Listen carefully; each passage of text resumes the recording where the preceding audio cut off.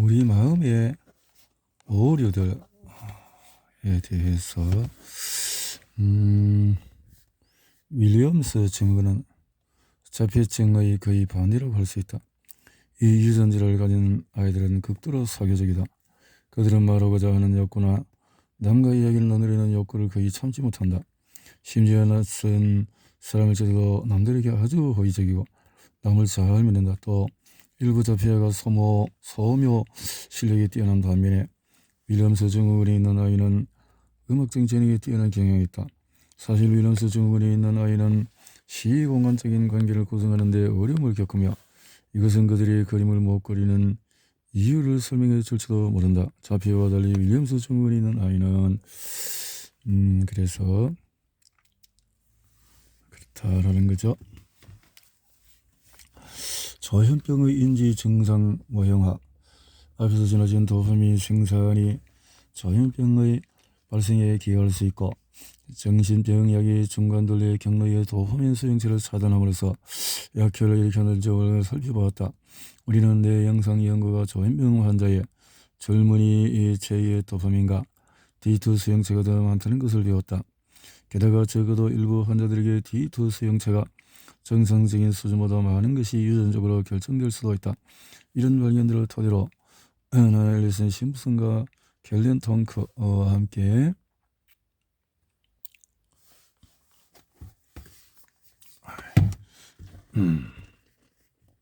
윌리엄스 증후군 자폐증 확률 증가,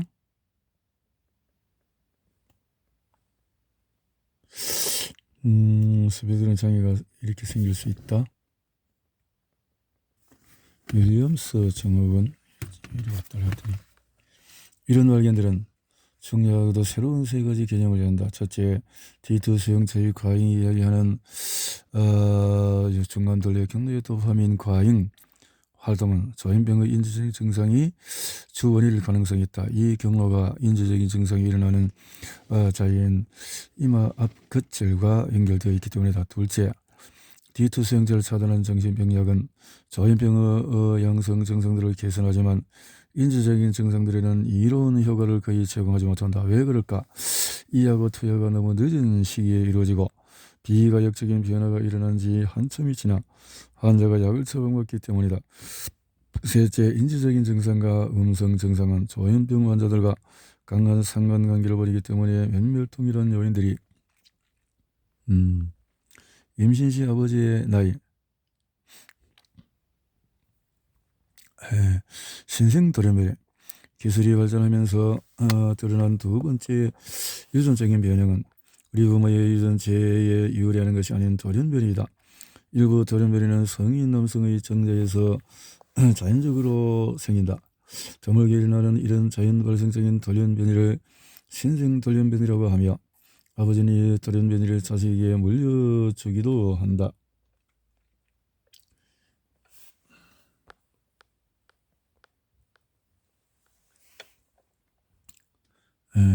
예일대학교, 워싱턴대학교, 매사추세츠 브로드 연구소 등등등등 이렇게 뚜렷이 돌연변이 표적 신경회로 최근에 자폐증을 지니는 청소년들을 조사했더니 그 안에 무엇이 시냅스가 이렇게 시냅스의 문제, 시냅스를 제거한다. 이 과정은 유전기 초기에 시냅스가 너무 많다는 것은 가지치기가 충분히 이루어지지 않아서 신경 연결이 간소화된 효율적인 그런 게 아니라 덤불처럼 무성한 형태로 자리 잡았다는 것을 뜻한다.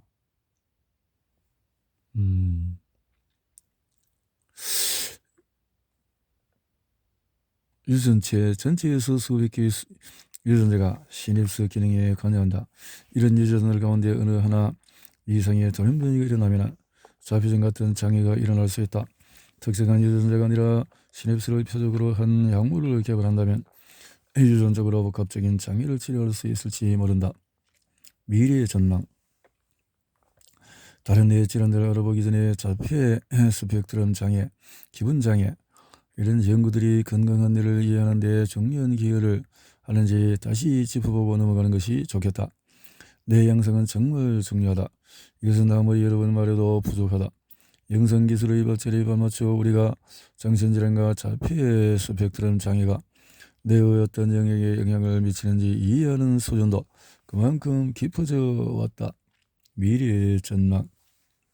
더 큰 맥락에서 자폐증, 우울증, 양극성 장애, 자연병과 그 질환들의 영향을 받는 뇌 기능들을 연구함으로써 우리의 마음과 자기감의 특성도 꽤 많이 밝혀졌다.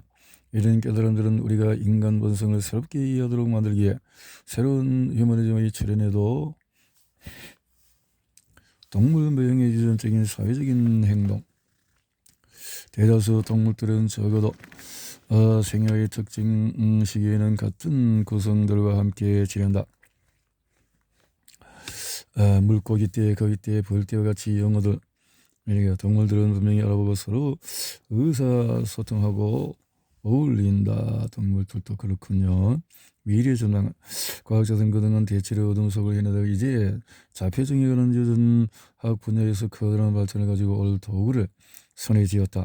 유전체 전체의 서열을 빠르고 비교적 저렴하게 분석하는 기술 등 지난 몇 년 사이에 출현한 새로운 기술들 덕분에 머지않아 중요한 자폐 유전자를 더 많이 찾아낼 수 있을 것이다.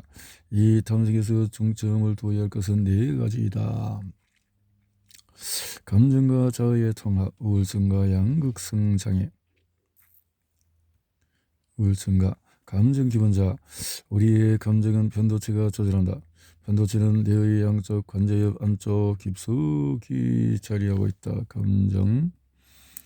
기본 장애와 현대 정신의학의 기원은 일장에서 에밀 클레 펠리는 과학적인 현대 정신의학의 창시자다. 정신에 대한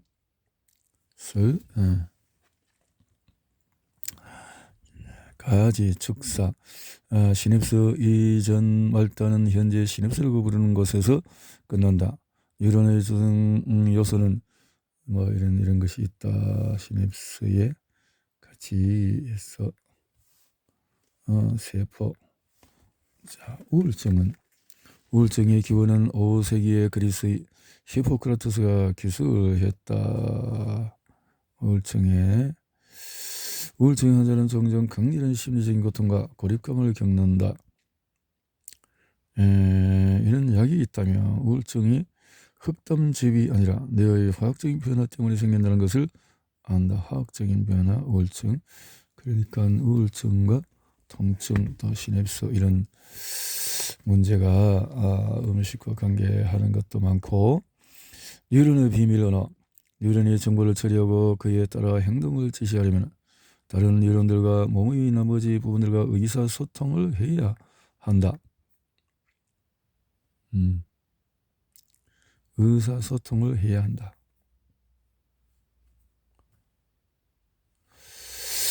우울증과 스트레스는 이렇게 스트레스, 우울증과 스트레스에 대해서 앤드류 솔로몬 스트레스와도 관계 있고 시냅스의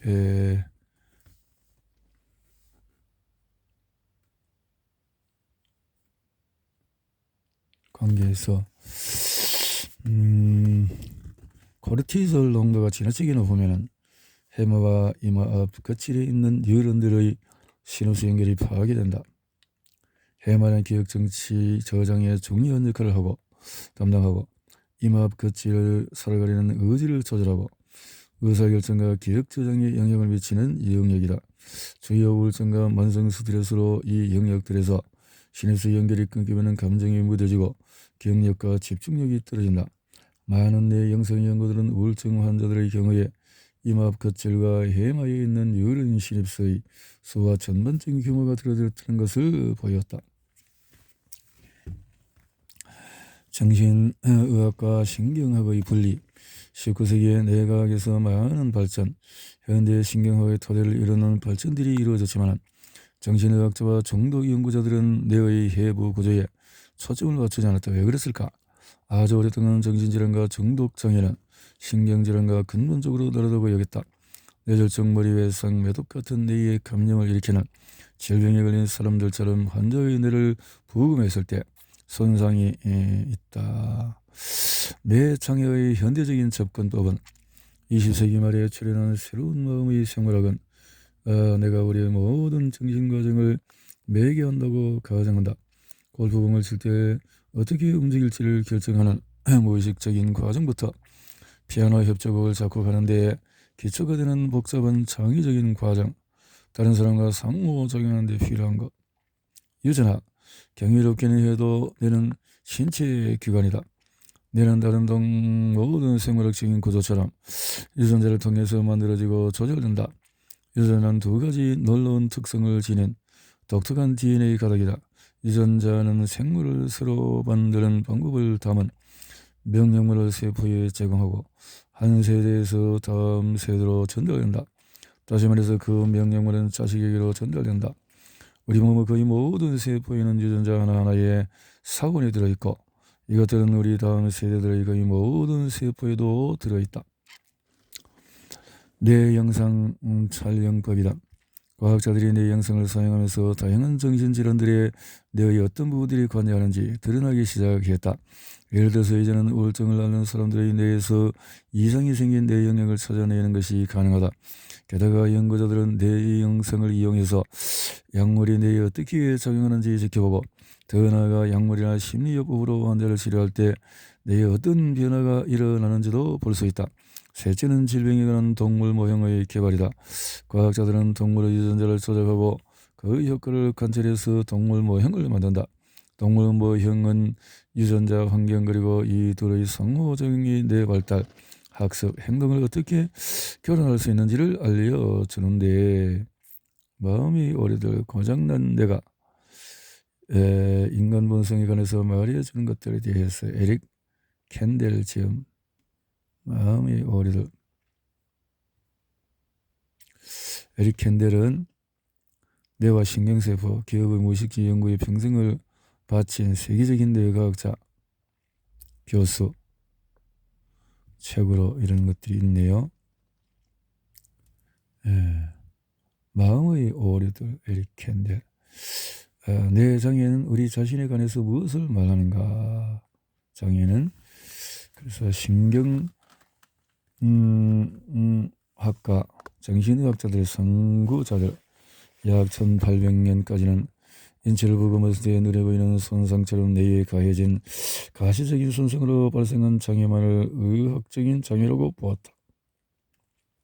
그런 장애는 신경질환에 걸렸다. 생각, 감정, 기분의 장애나 약물 중독은 가시적인 뇌의 장애와 관련이 없는 듯 했기에 개인의 도덕성에는 문제가 있는 것으로 취급이 되었다. 그래서 그런 심약한 사람들을 치료하는 방법들을 따로 고안되는데 정신병원에 감금하고 등등 했다는 거죠. 1860년 초에 브로카는 매독에 걸린 르볼르뉴라는 환자가 특이한 언어장애를 보인다는 것을 알아차렸다. 르볼르뉴 브로카 영역, 청각껍질, 시각, 뉴런, 뇌의 기본 구성단위, 브로카와 베르니케는 정신적인 기능이 뇌의 어디에 자리하고 있는지를 발견했지만 내가 그런 기능을 어떻게 수행하는지 설명하지 못했다. 그들은 다음과 같은 근본적인 질문들에 답하지 못했다. 뇌는 생물학적으로 무엇으로 이루어져 있을까? 뇌는 어떻게 기능할까? 몸이 세포로 이루어졌다는 것을 생물학들이 이렇게 생각과 감정의 단절이라.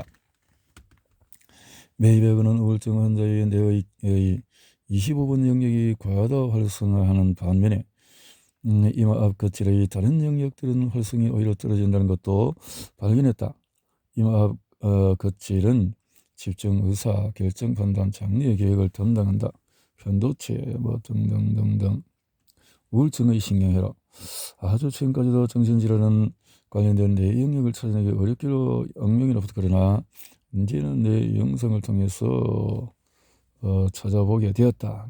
신경회로 우울증이 효과적인 치료법을 개발해야 하는 가장 중요한 이유는 자살 등등을 막아야 하기 때문이다. 우울증이 그래서 15%가 자살하기 때문에 그렇다는 거죠. 우울증 연구는 25번 영역이 과다 활성을 띌 때마다 감정과 관련된 거 이렇게 해서 시제 감각의 문제를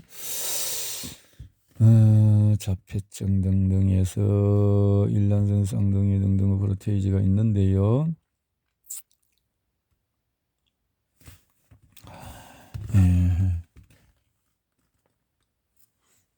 모노아민이라는 신경단백질을 분해하는 효소 모노아민 산화 효소를 발견했는데 모노아민 이런 것들이 연구가 있었군요. 심리요법 대화치료법은 대다수 정신질환자에게 쓰이는 치료법의 일부가 심리요법은 지원관계를 유지하면서 환자 치료가 서로 대화를 주고받는 방식이다. 대화를 주고받는 방식이다. 내 영상은 1970년대까지 임생이들이 살아있는 뇌를 살필 수 있는 수단은 매우 한정되어 있다. 머리뼈의 구조를 보여주지만은 뇌 자체를 보여주지 못하는 X선, 뇌 혈액에 공급되는 것을 보여주는 혈관 조영수, 방사선을 쬐는 이런 엉성한 방법들이 있다라는 거죠. 자, 흥분하고 조절형 도파민, 세로토닌, 신경 전달 물질에 대한 내용들인데요. 다 어렵지만 자기 공명 영상을 통해서 CT를 통해서 또 이렇게 촬영을 할 수 있다라는 거죠. 연구가 루이스 소글로프 뭐 등등등 1955년 고양이 뇌에 있는 28개 영역의 혈류량을 시각하는 방법을 고안해서 혈류를 통해서 어떻게 흘러가는가를 본다는 거죠. 약물과 심리요법의 결합은 모든 약물처럼 성가진 수준부터 생명을 위협하는 수준에 이르기까지 여러 부작용을 수반하며, 그런데 심리요법은 그런 부작용이 없다는 거죠. 약은 부작용이 동물 모형, 장애에 관한 동물 모형을 만드는 방법에는 두 가지가 있다. 첫 번째는 이렇게 해서 뇌 자극요법, 우울증 환자 가운데 약물도 심리요법도 듣지 않는 이들이 있다. 전기경련, 전기충격요법은 40년, 50년대에 나쁜 평판을 얻었다. 전기요법, 양극성 장애, 이는 기분, 생각, 활력, 행동의 극단적인 변화가 특징이다. 양극성이다 하는 건데요. 정신질환과 신경질환의 구분이 모호해진다. 신경질환의 생물학적인 토대를 이해할수록 우리는 정성적인 것에 대해서 또 이렇게 알츠하이머로부터 기여, 창의성, 파킨슨으로부터 운동, 행동을 많은 것을 우리는 배웠는데 우리가 뇌와 마음을 점점 더 이해할수록 신경질환과 정신질환 사이는 사실상 근본적인 차이가 없다는 것이 명백해지고 있으며 양적 질환을 더 많이 이해할수록 유사점이 점점 더 많이 드러나고 있다. 신경질환과 정신질환의 수렴은 우리의 경험과 행동의 뇌를 형성하는 유전자와 환경의 상호작용이 어떻게 뿌리내리고 있는지를 새로운 과학적인 휴머니즘에도 기여할 것이다. 정신질환과 신경질환은 어떻게 다를까? 지금까지 알아낸 바로는 환자가 겪는 증상들이 가장 뚜렷한 차이다. 신경질환에 걸린 환자는 특이한 행동하거나 머리, 팔을 움직이고 운동, 제어 능력, 상기하는 것처럼 분절되는 행동을 보이는 경향이 있고, 대체적으로 저희 정신환자들은 일상적인 행동도 과장되는 양상이 보인다. 누구나 때때로 울적한 기분을 느끼지만 우울증이 걸리면 이 기분이 대폭 강화된다. 정신적으로 신경학원을 다루다는 거죠. 우리의 강렬한 사회적인 본성인 자폐 스펙트럼은 양극성 장애 치료는 지속적인 치료가 불필요하다고 느낄 수 있다. 조증 단계일 때는 특히 그렇다.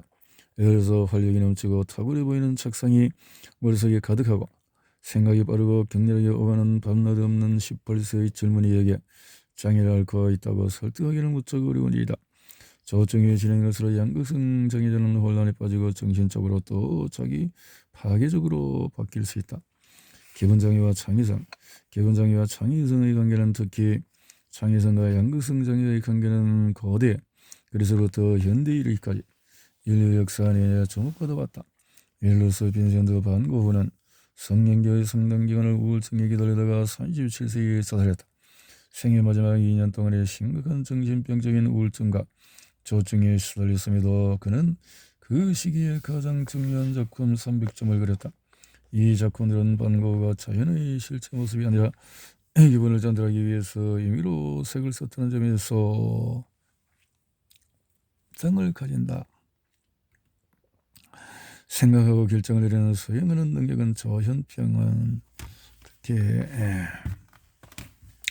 자폐증은 경미한 수준부터 심각한 수준일까지 여러 장애들의 스펙트럼을 가리키는데 모두 남들과 소통하는 데 어려움을 겪는다는 점이 특징이다. 자폐증을 가진 사람들은 언어적으로나 비언어적으로나 사회적인 상호작용과 의소통을 하는 능력이 부족하겠다. 게다가 남들과 교류하는 데 관심을 보이지도 않는다. 이렇게 다른 사람과 작용하는 데 큰 지장이 있기에 사회적인 행동에도 심각한 문제가 생긴다. 자, 전염병은 아마 태어나기 전에 시작이 되겠지만 보통 청년기 말이나 성년기 초에야 뚜렷해진다. 일단 발병하고 나면 전염병은 생각, 의욕, 행동, 개혁, 사회적인 상호작용, 다시 말해서 자기가 및 토대들을 함께하고는 한다. 젊은이가 독립적으로 변하기 시작하는 바로 그 시기에 말이다.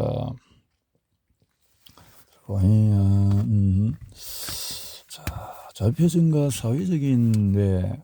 1974년 펜실베니아 학교 데이비드 프리맥 예우드로프 열망. 조현병의 핵심 증상들은 어떤 것일까? 조현병은 세 종류의 증후군을 일으키는데 각각은 뇌의 서로 다른 영역이 결합되어서 생긴다. 영역이 조현병의 양성 증후군은 서로 이렇게 누구지? 유다 브리스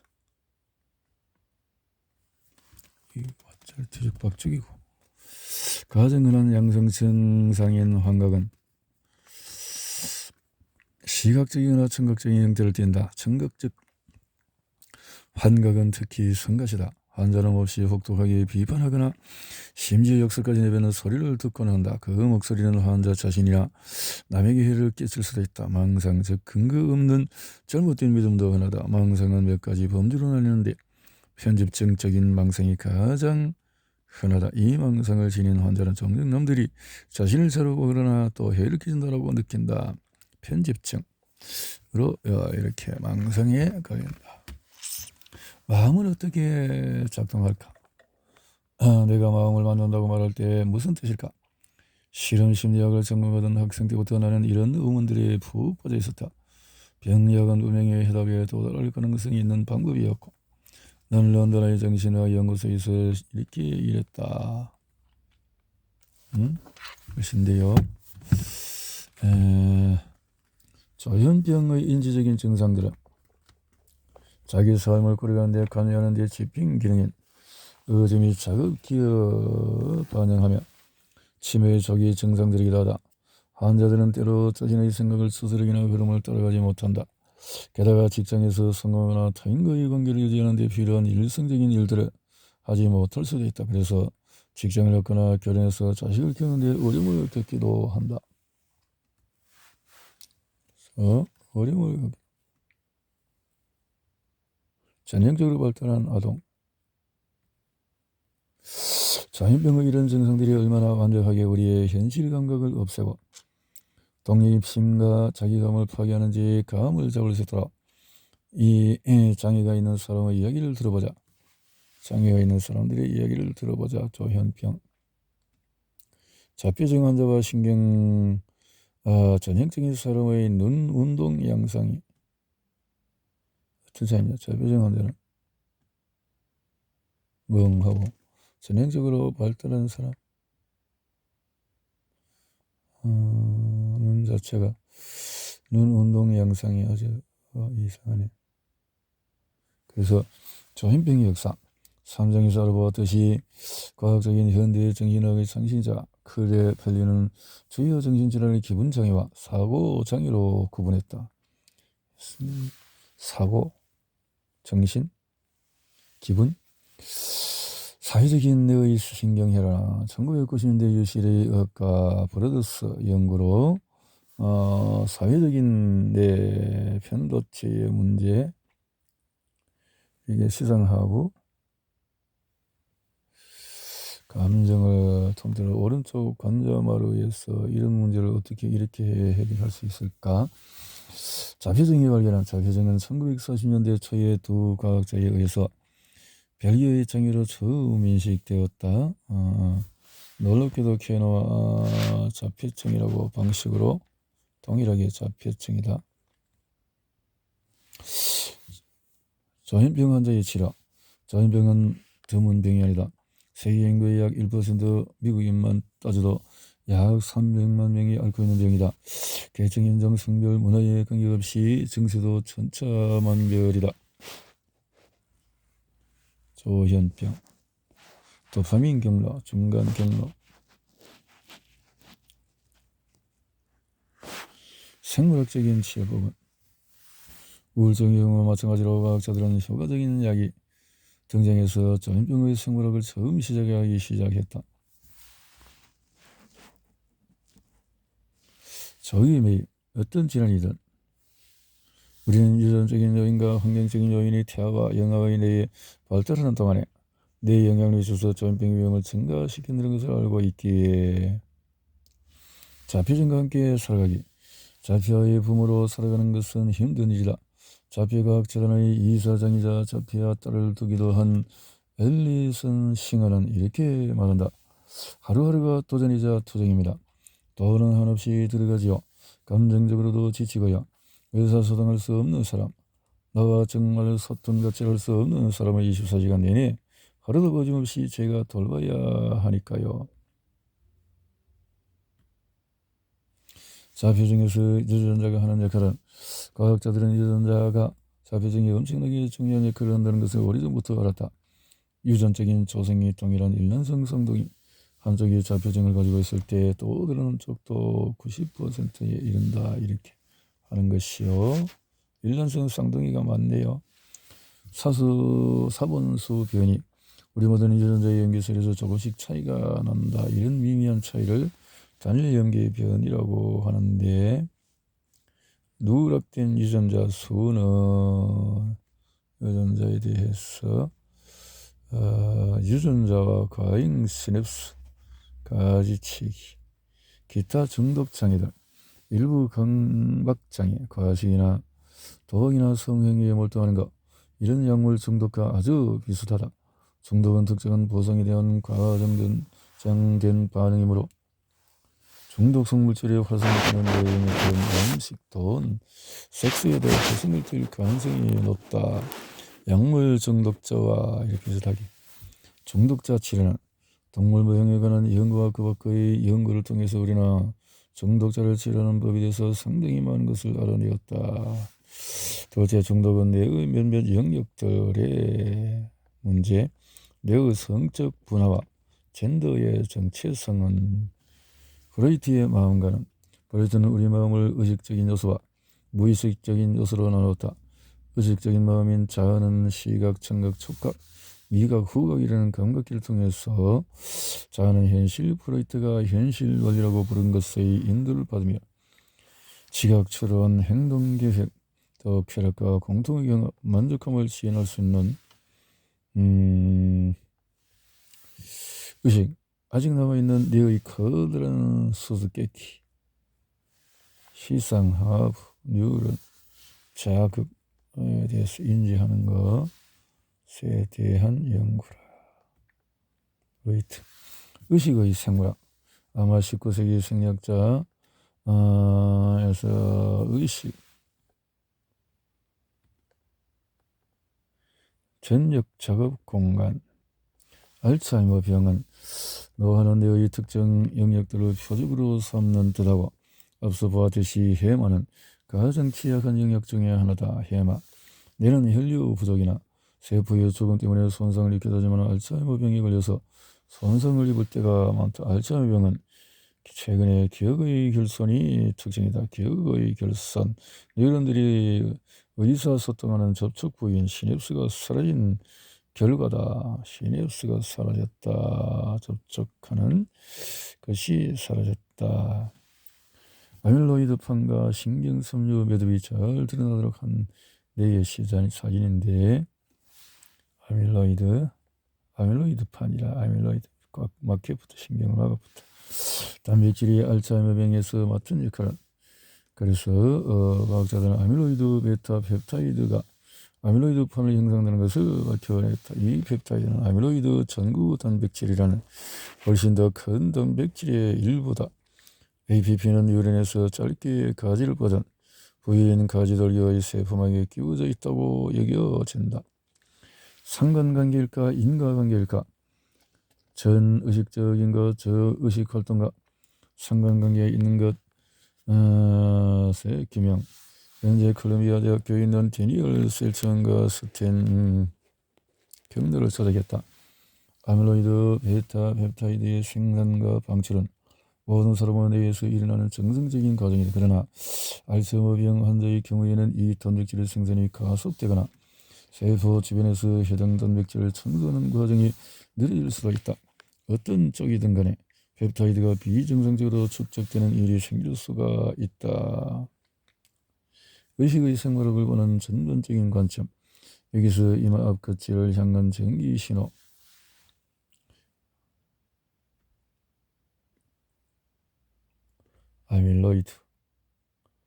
아밀로이드판.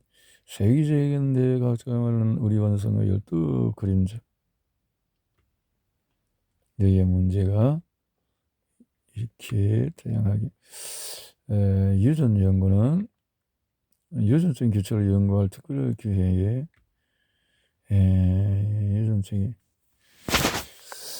유전적인 부분들도 생각을 해야 되나요?